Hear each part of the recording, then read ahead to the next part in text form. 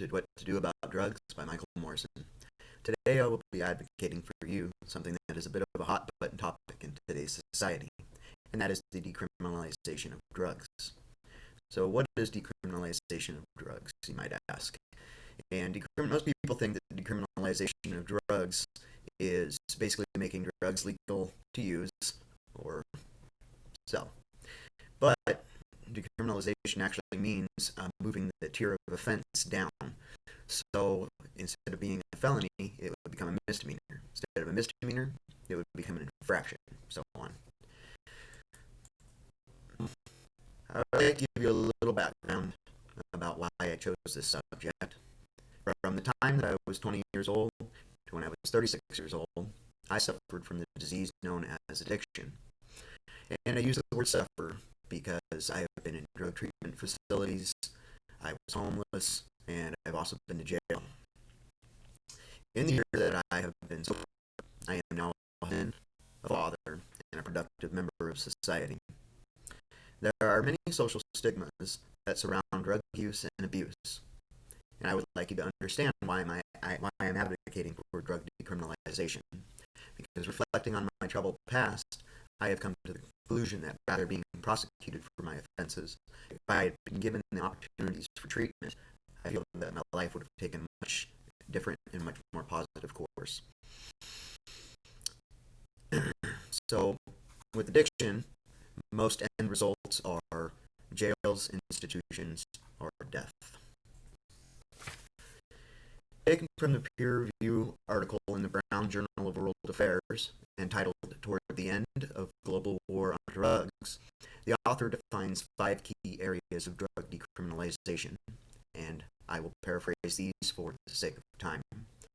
The first point is prioritizing public health concerns and drug policies.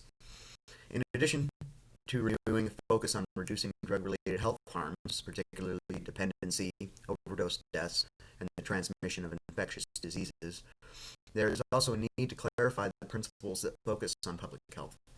These include preventative measures, interventions, limiting dependency, needle exchange and syringe programs, supervised drug consumption facilities, drug testing, and overdose prevention and reversal. These measures are highly cost-effective versus the alternatives, and where properly resourced can contribute to the significant public health improvements. Essentially, the best outcomes for addicts come when treatments are decided upon between the addict and his or her doctor or provider. The second point is ensuring equitable access to essential controlled medicines for pain relief. This pertains to having equitable access to controlled medication, and it can be viewed from a socioeconomic standpoint where the more money you have, the better and more options you have for treatment. An indirect side note to this discussion on pain relief is a 2014 report published in the medical journal JAMA Internal Medicine found that states with medical marijuana laws had almost 25% fewer fatal opioid overdoses than those without such laws. This may be because opioids act as a painkiller and are prescribed for pain. And similarly, one of the most common reasons that marijuana is prescribed to patients is to treat pain. So in states where medical marijuana is available, individuals with pain conditions can choose marijuana as an alternative to the highly addictive opioids. So the third point we come to is decriminalized drug use and possession. As indicates that the criminalization of drug use has no impact on levels of drug use in open society. Criminalization does, however, encourage high-risk behaviors such as criminal activity. It deters people from getting drug treatment, and it diverts law enforcement resources from focusing on serious criminals such as murderers or rapists. The fourth point is focusing on reducing violence and insecurity. This point brings home to many people about the violence that can occur and does occur when drugs and criminal behavior come into play.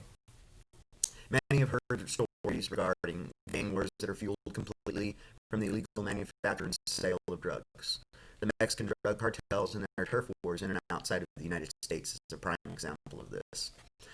The fifth point is to legally regulate the drugs. Now, legally managing risky products and behaviors is a key function of this point. So, regulation addresses the reality of risk in society. For instance, regulation sets product safety rules that require flame retardant mattresses, food regulations that require sell-by dates, nutrition labels, so on, and standards for safety in vehicles and also how they can be driven and how fast or where you can drive the vehicle. I believe that we can all agree that those are needed for the health and safety of people. Regulation also opens the doors for laws concerning taxation and will provide legal protection to people who are engaged in the market, consumers, manufacturing, sales, which at this point is only controlled by violence or threat thereof of violence. So you can see why this would have an enormous impact on society.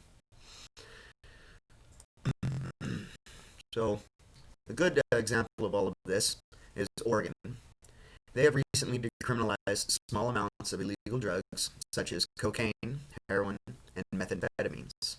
The measure reclassified personal, non-commercial drug possession offenses. Possession of a controlled substance in any of the Schedule 1 through 4s, such as heroin, cocaine, methamphetamines, was reclassified from a Class A misdemeanor to a Class E violation or an infraction, resulting in a $100 fine or a completed health assessment. Individuals who manufacture or distribute illegal drugs are still subject to a criminal penalty. The Oregon Criminal Justice Commission estimated that convictions for possession of a controlled substance would be decreased by 90%. The health assessments that are required are conducted through addiction recovery centers and include a substance use disorder screening by a certified alcohol and drug counselor. Health assessments must be completed within 45 days of violation. Thank you very much for listening to my presentation, and I hope you all learned something.